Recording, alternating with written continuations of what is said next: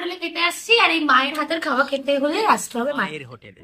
শুদ্ধ বাঙালি খাবার খেতে হলে আপনাকে আসতে হবে মায়ের হোটেল। অসাধারণ অসাধারণ মায়ের হোটেল এটা। এবং সল্টলেকের বুকে যেখানে অবাঙালি দিনকে দিন বাড়ছে, সেখানে বাঙালি তার নিজের খাবার ভুলে যায়। রাস্তায় বেরোলে চাইনিজ বা গুজরাটি বা সাউথ ইন্ডিয়ান থালি বিভিন্ন রকম রয়েছে, কিন্তু সল্টলেকের বুকে আমি দীর্ঘ প্রায় 35 বছরের বেশি এখানে বড় হয়েছি। সল্টলেকের বুকে কোনো হোটেল নেই যেখানে পিওর বাঙালি এই শুক্তো, পোস্ত, কিংবা এই যে মাছের ঝাল বিভিন্ন ধরনের, বা কি বলবো, চাটনি, দই, রসগোল্লা, পায়েস তো একদম অ্যান্টি বাঙালির একদম নিজস্ব পায়েস তো এখানে কোনো হোটেলে পাওয়া যায় না। এই যে জিনিসগুলো রয়েছে এইগুলো কিন্তু আমরা কোথাও মানে সল্টলেকের বুকে পাওয়াই যায় না। এইভাবে কোনো রেস্টুরেন্ট বা হোটেল নেই। সেখানে গেলেই আপনাদের সাউথ ইন্ডিয়ান, চাইনিজ বা গুজরাটি বিভিন্ন রকম থালি পাওয়া যায়, কারণ এখানে নন বেঙ্গলি ভরে গেছে সল্টলেকটা। আস্তে আস্তে বাঙালি বিলুপ্ত হয়ে যাচ্ছে।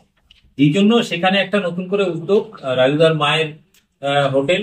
রাজু মানে ওই রাজু নয়, রাজু ঘোষ আমাদেরই বিভিন্ন এক সমাজকর্মী, এবং তার বিভিন্ন বক্তব্য আপনারা আমাদের চ্যানেলগুলোতে দেখেছিলেন। তো তার মায়ের উদ্যোগে এটা হয়েছে, এবং তিনি এখন এখানে নেই। তো আমরা বিষয়টা হচ্ছে আজকে অনেকদিন পরে আমাদেরকে রাজুদা ডেকেছেন যে ভাই আমাদের মিডিয়া ছেলেপেলেদের সবাইকে ডেকে এবার খাওয়ার ব্যবস্থা। এই হোটেলটা যখন উদ্বোধন হয় ফেব্রুয়ারি মাসে, তখন একবার এসেছিলাম, এবং সেই সময় অনেক হয়তো ভুলে গেছেন। তো আমরা নতুন করে আজকে এলাম আমাদের নিমন্ত্রণ রক্ষা করতে, ভাবলাম যে এই বিষয়টা নিয়ে একটা ভিডিও করে দিই আমরা।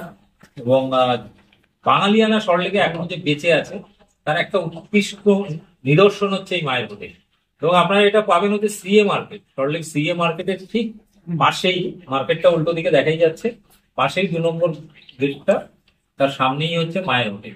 এবং এখানে আপনারা যে খাবারগুলো পাবেন, এটা খাওয়ার সময় মনে পড়বে আপনার মায়ের কথা। যারা কর্মসূত্রে গ্রামাঞ্চল থেকে এখানে থাকেন, হোটেলে খান, তারা এখানে যদি খেতে আসেন তাহলে বুঝবেন যে মনে হচ্ছে মায়ের হাতের রান্না খাচ্ছে। একদম গরমভাবে রান্না, এবং খাবারের কোয়ালিটি, পরিমাণ কিন্তু যথেষ্ট ভালো। আপনারা পরিমাণগুলো দেখছেন। আপনারা এখানে সবজি ভাত খেতে পারেন, মাছ ভাত খেতে পারেন, চিকেন খেতে পারেন। এখানে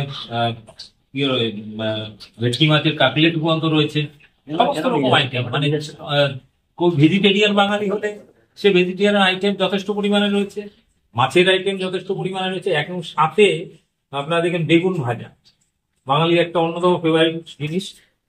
আলু ভাজা রয়েছে, স্যালাড রয়েছে, আপনার চাটনি রয়েছে, দই রয়েছে, রসগোল্লা, পায়েস, মানে একদম কোনো কিছু বাদ নেই। আপনারা বিয়ে বাড়িতে গেলেও যে ধরনের খাবার পান মানে বাঙালি বিয়ে বাড়িগুলোতে, সেরকম একদম সমস্ত রকম রেডি।